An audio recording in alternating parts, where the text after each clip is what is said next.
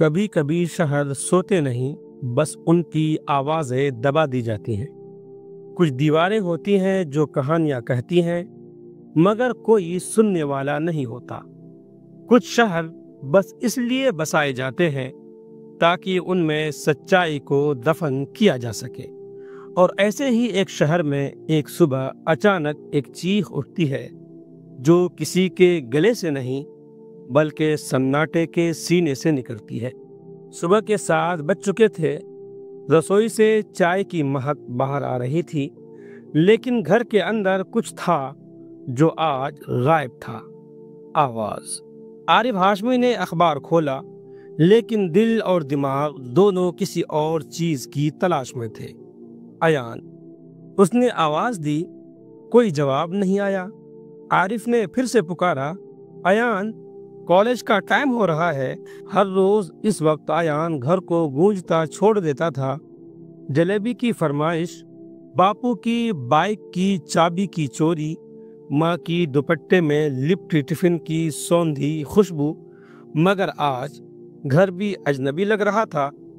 عارف بنا چپل پہنے ایان کے کمرے میں پہنچا۔ دروازہ کھلا تھا۔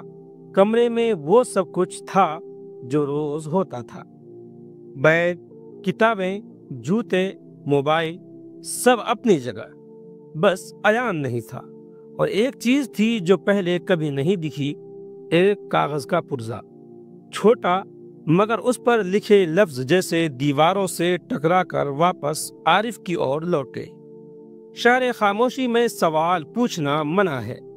اس کا دل دھڑکنا بھول گیا۔ عارف بھاگتا ہوا پولیس اسٹیشن پہنچا۔ دھڑکنوں کو قابو میں رکھتے ہوئے کہا، سر، میرا بھائی ایان ہاشمی صبح سے غائب ہے۔ تھانے دار نے چشمے کے پیچھے سے اسے گھورا۔ دشمنی، افیئر، کچھ گڑبڑ؟ نہیں سر، اس کا موبائل، پیسے، کچھ بھی نہیں گیا۔ اور یہ دیکھیے، اس نے پرزہ دکھایا۔ تھانے دار نے ہنستے ہوئے کہا، تم لوگ بہت نیٹ فلکس دیکھتے ہو، 3 دن تک کوئی رپورٹ نہیں ہوتی، تب تک لوٹا نہ لوٹا، ہمیں کیا؟ پھر وہ پرزہ پھاڑ کر ڈسٹ بین میں ڈال دیتا ہے۔ عارف کچھ کہتا، اس سے پہلے ہی 2 کانسٹیبل اسے کھینچ کر باہر لے جاتے ہیں۔ شام ڈھل چکی تھی۔ گھر میں ماتم پسرا تھا۔ ماں کی آنکھیں لال تھی۔ ابا کی آواز جیسے گلے میں ہی کہیں کھو گئی تھی۔ عارف نے ہمت جٹا کر کہا، پولیس کچھ نہیں کر رہی، لگتا ہے ہمیں خود ہی۔ اچانک دروازے کے نیچے سے ایک نیا کاغذ اندر پھسلتا ہے، اسی جیسی لکھاوٹ، اسی سیاہی کی مہک۔ تیرا بھائی بھی وہیں گیا ہے جہاں سوال نہیں کیے جاتے۔ جواب چاہیے تو پرانے ڈاک گھر آ اکیلے رات 10 بجے۔ عارف کی روح کانپ اٹھتی ہے۔ رات کے 10 بجے سڑکوں پر نہ اسٹریٹ لائٹ تھی، نہ انسان، صرف بائک کی ہیڈ لائٹ اور دل کی دھڑکنیں۔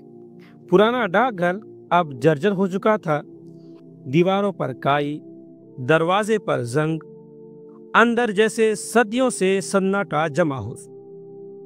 عارف نے دروازہ کھولا اور ایک آواز گونجی، بہت سوال کرتا ہے تو۔ ایک پرچھائی، کالے کوٹ میں، چہرہ نقاب سے ڈھکا ہوا، کون ہو تم؟ عارف کی آواز کانپ رہی تھی، تیرا بھائی سچائی تک پہنچا تھا، اب وہ نہیں ہے۔ کیا مطلب؟ کیا کر دیا تم نے اس کے ساتھ؟ ہر وہ انسان جو اس شہر کے راز کو سمجھنا چاہتا ہے، یا تو غائب ہو جاتا ہے یا خاموش کر دیا جاتا ہے۔ اور پھر عارف کے سر پر ایک زوردار جھٹکا لگتا ہے، جس سے عارف کی آنکھوں کے سامنے اندھیرا چھا جاتا ہے۔ جب عارف کو ہوش آیا، وہ ایک چھوٹے سے کلینک میں تھا۔ نرس نے کہا، آپ کو کوئی بے ہوش حالت میں ڈاک گھر کے پاس چھوڑ گیا، پولیس کو بلائیں۔ نہیں، ٹھیک ہے، لیکن آپ کی جیب سے یہ ملا ہے۔ اس نے لفافہ بڑھایا۔ لفافہ اسی جیسی سیاہی میں ڈوبا تھا۔ تیرے بھائی نے سوال کیے تھے، اب تو بھی کر رہا ہے، اگلا کون؟ عارف کے رونگٹے کھڑے ہو گئے۔ صبح ہوتے ہی عارف نے اپنی اخبار میں ایک کالم چھاپا، شہر کے سناٹے میں گم ہوتے لوگ، کیا یہ صرف اتفاق ہے؟ شام کو اسے ایک ای میل ملا، تم اکیلے نہیں ہو، تم مجھ سے کافی شاپ پر ملو۔ فائل نمبر 17 تمہیں ہلا دے گی۔ جب عارف کافی شاپ پر پہنچتا ہے تو وہاں کافی شاپ میں سارا خان پہلے سے انتظار کر رہی تھی، جو ایک وکیل تھی۔ وہ بھی اس طرح کے کیسز کی کافی ٹائم سے چھان بین کر رہی تھی۔ تم اکیلے نہیں ہو عارف، ایان سے پہلے 43 لوگ غائب ہو چکے ہیں۔ اس نے ایک فائل کھولی جس میں اخبار کی کٹنگز، نقشے اور چہروں کی تصویریں تھیں۔ سب کو ایک جیسی چٹھی ملی، سب میں ایک بات کامن تھی، وہ یہ کہ سب نے سوال کیے تھے، تو میں اگلا ہوں؟ عارف نے کانپتی آواز میں پوچھا۔ سارا مسکرائی۔ یا تو اگلا جواب بننے کو تیار ہو جاؤ یا سوال کرنے سے رک جاؤ۔ شہر خاموشی اب جاگ رہا تھا، مگر سوال یہ تھا، کیا ان سوالوں کے انہیں جواب مل پائیں گے یا پھر انہیں بھی ہمیشہ کے لیے خاموش کر دیا جائے گا؟ آگے کیا ہوگا جاننے کے لیے اگلا ایپیسوڈ دیکھیں۔